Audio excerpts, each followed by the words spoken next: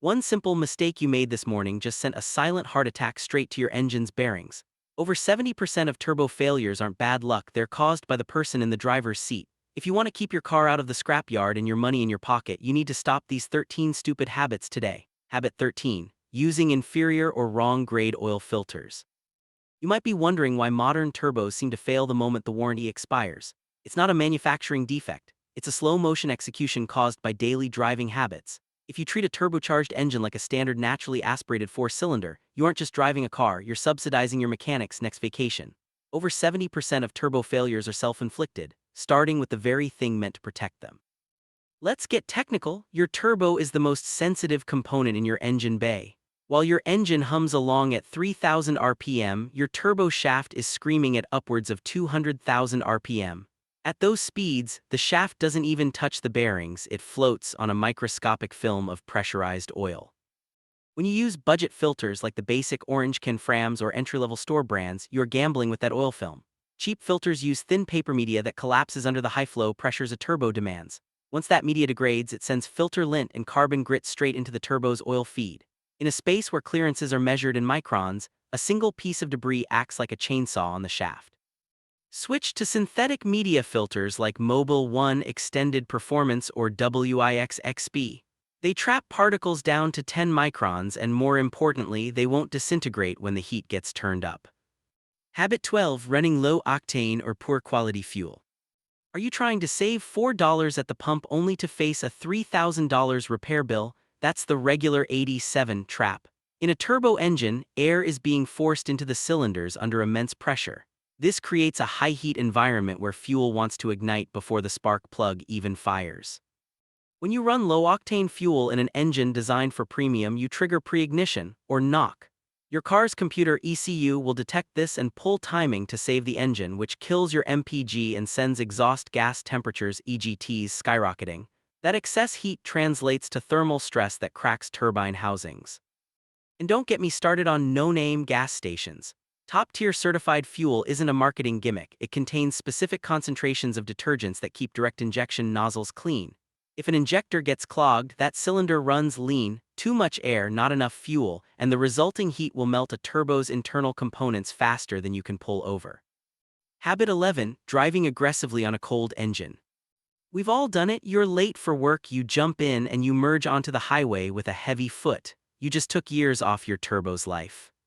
When oil is cold, it's thick. Think maple syrup versus water. It cannot reach the turbo's center cartridge fast enough to provide that floating lubrication I mentioned earlier. For those first few seconds of hard acceleration, your turbo is essentially spinning metal on metal. Furthermore, there is the issue of thermal shock. Your exhaust manifold can hit 500 degrees F in seconds while the turbo housing is still at freezing temperatures. This rapid, uneven expansion leads to warped flanges and hairline cracks. The rule of thumbs: give it 60 seconds at idle, then drive like a grandmother until your temperature needle hits the middle. Your bearings will thank you. Habit 10. Shutting down immediately after heavy boosting. This is the silent killer. You've been driving hard, the turbo is glowing red hot literally, and you pull into your driveway and flick the key off. The moment the engine stops, the oil pump stops. But that turbo, it's still spinning at 50,000 RPM with no new oil coming in. The oil trapped inside the turbo's core sits there and cooks against the 800 degrees C metal. This is called oil coking. It turns your liquid gold into hard, black carbon crust. The next time you start the car, that crust breaks off and shreds the bearings. If you've been on the boost, let the car idle for 60 seconds before shutdown. This allows the oil to carry that soak-back heat away from the sensitive internals. Habit 9. Frequently lugging the engine at low RPM. Lugging is when you're in 5th or 6th gear at 30 mph and you floor it. You think you're being gentle by keeping the RPMs low, but you're actually creating a nightmare scenario called LSPI, low-speed pre-ignition. In turbo engines, flooring it at low RPM creates massive cylinder pressure while the oil pump is barely spinning. This can cause the fuel to explode so violently it literally snaps connecting rods or cracks piston lands. If you need to pass someone downshift, keep your engine in its happy place, usually above 2,500 RPM, before asking for full boost. Habit 8. Ignoring oil feed line integrity.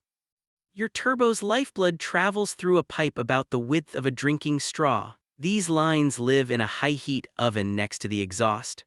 Over time, the oil inside them can bake onto the walls, narrowing the passage. A partially blocked feed line won't trigger a warning light, but it will starve the turbo of the volume it needs under load. If you're over 80,000 miles, have these lines inspected for crunchiness or leaks. A $50 pipe is much cheaper than a $1,500 Garrett replacement. Habit 7. Riding the throttle.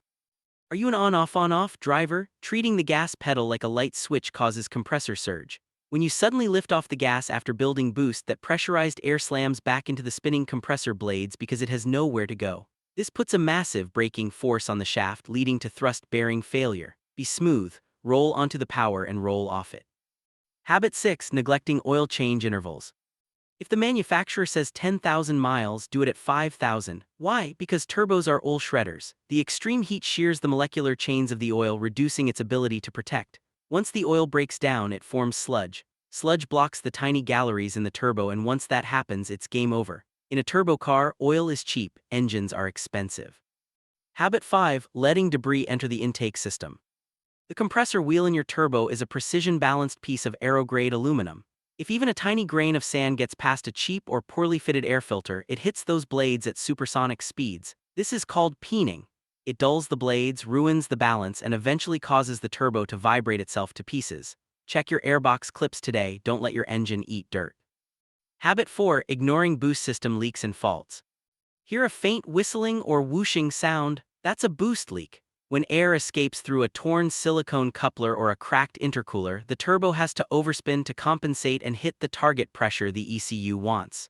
You're essentially redlining the turbo just to maintain normal speeds. This kills the bearings in record time. Habit 3. Running improper or mismatched oil.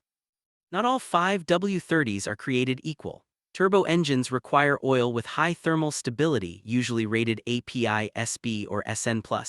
These oils are specifically formulated to prevent the LSPI we talked about earlier.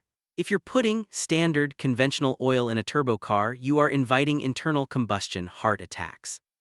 Always use a full synthetic that meets your specific manufacturer's spec, like Dixo's 1 Gen 3 or VW 500-2505. Habit 2. Excessive boost pressure without supporting mods. The flash tune trap. Increasing boost via software remap is easy, but if you don't have a larger intercooler or upgraded fuel injectors, you're just creating a flamethrower. The stock turbo will be pushed out of its efficiency map, blowing hot air into the engine and causing catastrophic detonation. If you want more psi, you need the hardware to back it up. Habit 1. Starving the turbo of clean pressurized oil. This is the one cause of death. Whether it's from a low oil level, a clogged pickup tube, or a failing oil pump, even 3 seconds of oil starvation at high boost is enough to weld the turbo shaft to the bearing. The turbo is the canary in the coal mine. It will always fail before the rest of the engine when oil pressure drops. Check your dipstick every other fill-up. If the oil is black and gritty, you're already on borrowed time.